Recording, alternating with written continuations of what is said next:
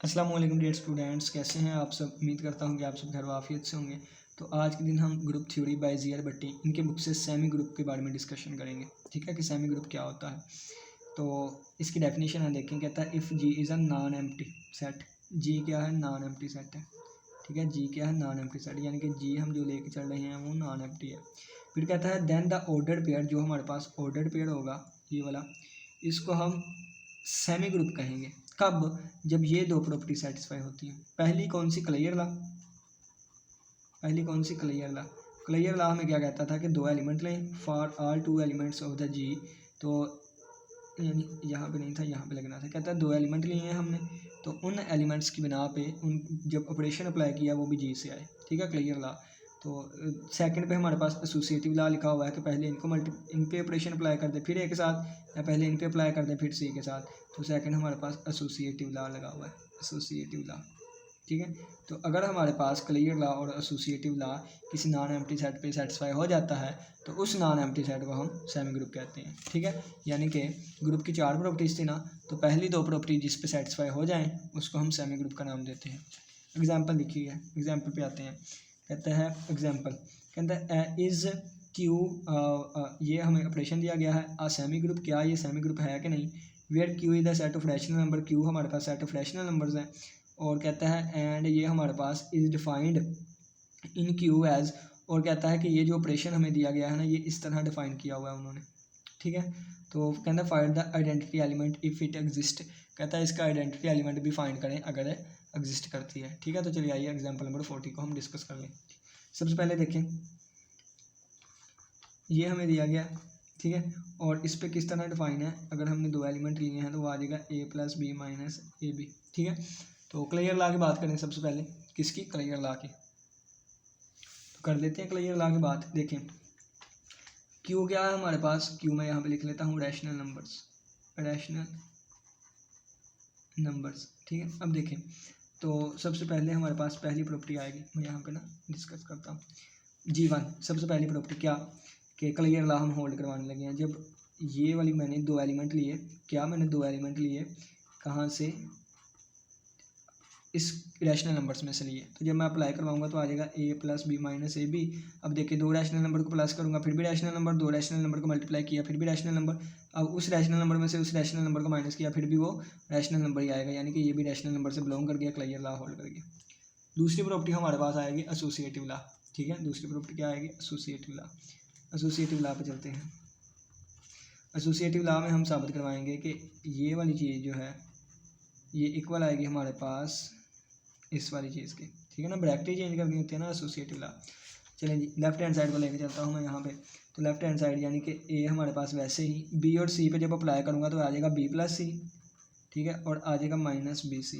ठीक है, जब इन दोनों पे अप्लाई करूँगा तो ये हमारे पास चीज़ आ जाएगी। देखिए पहला एलिमेंट ए आ गया, दूसरा एलिमेंट ये वाला होता है तो यहाँ पे दूसरा एलिमेंट ये सारा है, तो B plus c minus b सी आ गया। और माइनस ए बी, तो ए यहाँ पे ए ही है, बी की जगह पे ये वाला सारा लिखा हुआ तो आ जाएगा b plus c minus b c. ठीक है, तो हमारे पास आ जाएगा b plus c minus b c minus a b और माइनस ए सी और प्लस ए बी सी। ठीक है, ये हमारे पास आ गया। अब देख लेते हैं कोई प्लस माइनस होता है तो ये आ गया ए, ये आ गया प्लस बी, ये आ गया प्लस सी और ये minus a b minus b c और माइनस ए सी और प्लस ए बी सी। ये लेफ्ट हैंड साइड आ गया। राइट हैंड साइड को सॉल्व करता हूँ तो ए बी का आंसर ये वाला बनता था, तो मैं लिख लेता हूँ, यानी कि पहले ये वाली मैं साइड ही लिख लेता हूँ, बल्कि रहने देता हूँ। ये आ गया ए प्लस बी और माइनस ए बी और ये आ जाएगा साथ सी वैसे का वैसे। ठीक है, अब ये देखिए ये पहला एलिमेंट है, कौन सा है? पहला एलिमेंट। तो कितना? पहला एलिमेंट है, तो पहला एलिमेंट एज इट इज़ और प्लस दूसरा एलिमेंट आया करेगा और माइनस पहला और दूसरा मल्टीप्लाई, तो पहला एलिमेंट ये है दूसरा ये है, तो ये जब मल्टीप्लाई हो जाएगा तो इस तरह आ जाएगा। ठीक है, तो ये बन जाएगा हमारे पास a plus b minus a b plus c और माइनस ये सी मल्टीप्लाई हो ए सी प्लस बी सी और ये माइनस ए बी सी हो गया। तो ये बन गया a plus b minus a b और प्लस सी और ये minus a c minus b c और प्लस ए बी सी। तो देखें ए लिखा हुआ है, ए लिखा हुआ है, ब्लू से चेक करते हैं। ए लिखा हुआ है, बी लिखा हुआ है, बी लिखा हुआ है, minus a b plus c minus a c minus b c a b c यानी कि लेफ्ट जो है वो राइट के इक्वल आ गया, एसोसिएटिव लॉ भी होल्ड कर गया। ठीक है, तो पहली दो प्रॉपर्टीज ग्रुप की सेटिस्फाई हो गई, तो हमारे पास क्या हो गया, जी जो है अंडर दिस हमारे पास ये क्या बन गया, सेमी ग्रुप बन गया। तो जी नहीं था, क्यू दिया हुआ था रैशनल नंबर। ठीक है, अब हम चलते हैं, वो कहता है कि इसकी आइडेंटिटी भी आती है कि नहीं। ठीक है, तो आइडेंटिटी देख लेते हैं। ठीक है, जब ए को मैं ज़ीरो से करवाऊँगा ऑपरेट, ठीक है, जब मैंने ए को ज़ीरो वाले से, तो ये पहला एलिमेंट प्लस दूसरा एलिमेंट माइनस पहला मल्टीप्लाई बाय दूसरा, तो ये देखें ए प्लस ज़ीरो माइनस ज़ीरो, तो दोबारा आंसर ये आ गया। राइट से अप्लाई करवाऊँगा लेफ्ट से, तो ये हमारे पास एसोसिएटिव लॉ होल्ड करता है। कम्यूट देख लेते हैं, 1 मिनट। पहला एलिमेंट प्लस दूसरा और माइनस पहला मल्टीप्लाई बाय दूसरा। ठीक है, तो ये हमारे पास आ जाएगा 0 प्लस ए माइनस 0, तो दोबारा आंसर ए, यानी कि ए डॉट ज़ीरो का आंसर दोबारा ए ही आ गया। यहाँ से अप्लाई करेंगे यहाँ से, तो इसका मतलब क्या है कि आइडेंटिटी एग्जिस्ट कर गई। तो आइडेंटिटी हमारे पास क्या आ गई, 0 आ गई।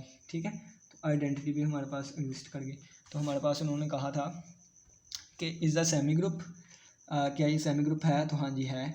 ठीक है, और वो कहते थे कि आइडेंटिटी एलिमेंट भी बताएं, फाइंड करें, अगर एग्जिस्ट करता है तो हमारे पास आइडेंटिटी एलिमेंट भी आ गया।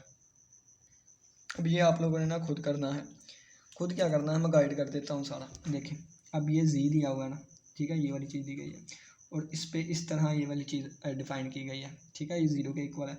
तो चलें जी देखें, पहले सबसे पहले क्लियर लॉ आएगा, क्लियर लॉ में है 0 आ गया, तो क्या 0 इंटीजर से बिलोंग करता है, हाँ जी करता है, इसका मतलब है कि क्लियर लॉ होल्ड कर गया। दूसरी प्रॉपर्टी क्या होती है, एसोसिएटिव लॉ। एसोसिएटिव लॉ में हम ये वाली चीज़ साबित करवाएंगे। ठीक है, 3 एलिमेंट, इनका प्रोडक्ट कितना आ गया 0, तो ये ए डॉट 0 आ गया। इसका प्रोडक्ट कितना आ गया 0, तो ये हमारे पास 0 डॉट सी आ गया। इसका दोबारा आंसर कितना आएगा, 0 ही आएगा, और इसका आंसर क्या आएगा, इसका आंसर भी 0 आएगा, यानी कि लेफ्ट राइट के इक्वल आ गया। तो इसका मतलब है एसोसिएटिव लॉ भी होल्ड कर गया। आइडेंटिटी की बात करें, किसकी आइडेंटिटी की बात करें, तो a dot b equal to 0। ठीक है, यानी कि वो एलिमेंट हमने फाइंड करना है कि जिसको राइट से या लेफ़्ट से करवाएं तो आंसर दोबारा क्या आए, ए ही आ जाए।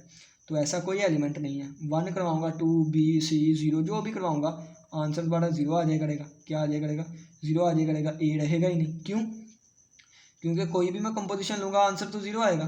तो इसका आंसर हमेशा क्या आ रहा है, 0 आ रहा है। तो मैं जो भी अप्लाई करवाऊँगा 0 आ जाए करेगा, ए कभी भी नहीं आएगा। तो इसका मतलब है कि यहाँ पे आइडेंटिटी एग्जिस्ट नहीं करती। ठीक है, तो ये सेमी ग्रुप है, क्यों, क्योंकि पहली दूसरी प्रॉपर्टी सेटिस्फाई करती थी। तो ये हमारे पास सेमी ग्रुप है, यानी कि मैं लिखूँगा जी ये सेमी ग्रुप है। ठीक है, सेमी ग्रुप है, लेकिन आइडेंटिटी इसके एग्जिस्ट नहीं करती। ठीक है, तो ये भी हमने बता दिया। उम्मीद करता हूँ कि आज के लेक्चर की समझ आई होगी। किसी बच्चे का कोई भी क्वेश्चन हुआ तो लाजमी पूछिएगा। इसी के साथ इजाज़त दे और आप बहुत सा ख्याल रखिएगा। अल्लाह हाफिज़, अल्लाह निगहबान।